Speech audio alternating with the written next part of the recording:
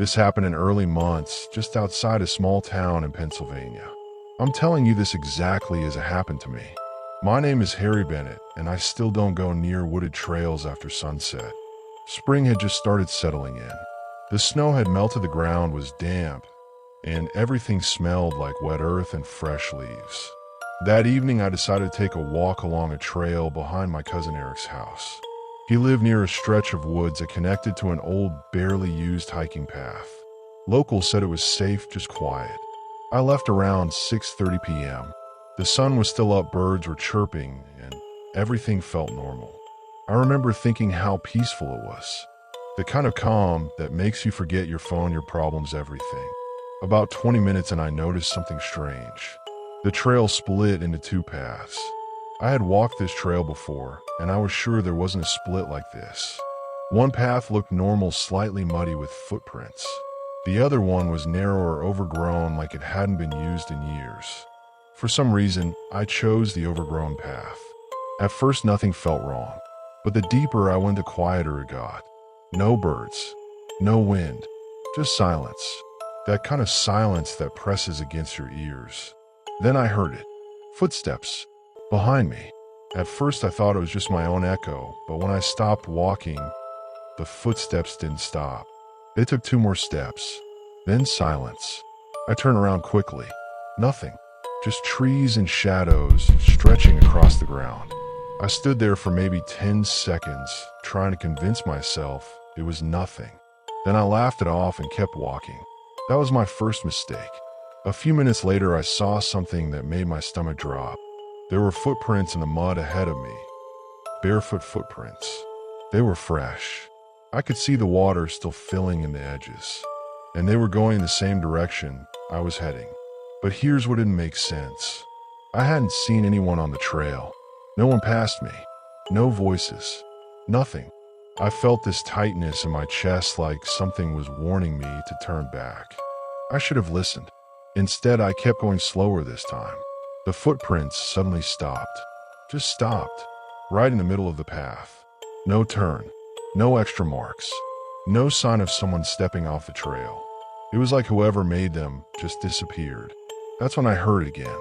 This time it wasn't footsteps. It was breathing. Close. Way too close. Right behind my ear. I froze. I could feel warm air brush against the side of my neck. My heart started pounding, so hard I thought I might pass out. Slowly I turned my head. Nothing. But the breathing didn't stop. It circled me. I'm not exaggerating. It moved, like someone walking around me in a slow circle, breathing heavily, but completely invisible. I backed up step by step until my heel hit something. A tree. And carved into the bark at eye level were words. Don't look back. My throat went dry, because I hadn't turned around yet. And I realized something else. The breathing had stopped. I stood there staring at those words, trying to understand how they got there. And why they looked fresh. The cuts in the bark were still pale, like they'd just been carved. Then I heard something ahead of me. A voice. Soft. Weak. Help me. It sounded like a woman. Distant, but clear enough to follow. Every instinct told me to run back the way I came. But something about that voice, it pulled at me. It sounded real. Desperate. So I moved forward. Each step felt heavier than the last. The air around me felt colder, even though it was spring. I kept following the voice deeper into the woods. Please. I'm here. I finally reached a small clearing. And that's when I saw her. She was sitting on the ground back, facing me, long dark hair covering her face. She looked like she was wearing a light dress, dirty and torn. Hey, are you okay? I called out. She didn't respond. I stepped closer. Do you need help? Still nothing. Then she slowly raised her hand and pointed behind me. I froze. Every part of me remembered the words carved into the tree. Don't look back. My heart started racing again. I'm not turning around, I said, my voice shaking. That's when she spoke again. But this time, it wasn't the same voice. It was deeper. Wrong. You already did. The moment she said that, I felt it. A hand, cold, dry, and tight, wrapping around my wrist from behind. I screamed and tried to pull away, but the grip tightened. I turned my head just slightly, not fully, just enough to see something from the corner of my eye. A face. Too close.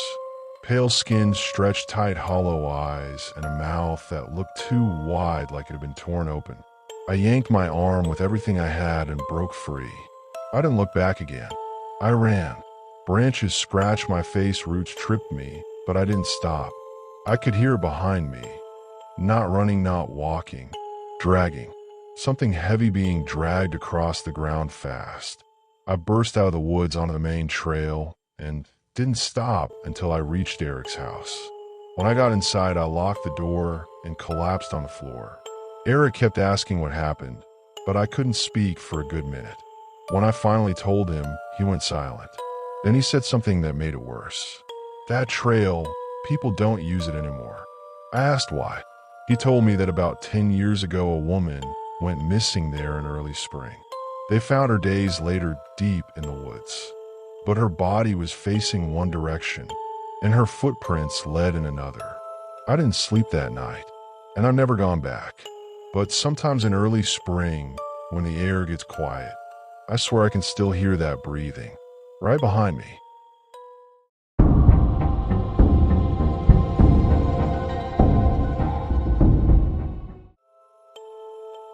That's what I told myself as I pulled off the highway somewhere outside of Asheville, chasing a quiet spring weekend to clear my head. My name's Charlie Brooks, and back then, I was working remote, burned out, barely sleeping. The mountains felt like an easy fix. Fresh air, no noise, no people. I found a cabin listing last minute. Cheap. Too cheap, honestly. But the photos looked normal enough. Wooden interior, big windows, forest all around. The owner, some guy named Craig, messaged me the code and said, "No neighbors for miles. You'll have complete privacy." That line stuck with me later. The first evening was fine. Actually, perfect. Cool spring air, frogs chirping somewhere in the distance, that soft wind moving through the trees. I made dinner, sat on the porch, even laughed at myself for being so tense before. Then around 10:30, I heard footsteps. Not inside. Outside. Slow. Crunching through leaves. Like someone pacing just beyond the tree line. At first I thought it was an animal. Deer maybe. But the steps were too steady. Too deliberate. Back and forth. Back and forth. I turned off the porch light and just listened. The footsteps stopped immediately. That silence hit harder than the noise. I waited, barely breathing, staring into the darkness. The forest looked empty, but it felt like something was just standing there, watching. I went inside, locked both doors, checked the windows twice. Told myself I was overreacting. New place, unfamiliar, sounds normal stuff. But around midnight it happened again. This time closer, right outside the cabin wall. I grabbed my phone and opened the camera, pointing it toward the window. I didn't want to pull the curtain back. I don't know why. I just didn't. The footsteps stopped again. Then I heard something else. A soft knock. Not on the door. On the window. 3 slow taps. I froze. My brain kept trying to come up with explanations, but nothing made sense. Who would be out here? Why not just knock on the door? Then a voice, low and calm, came through the glass.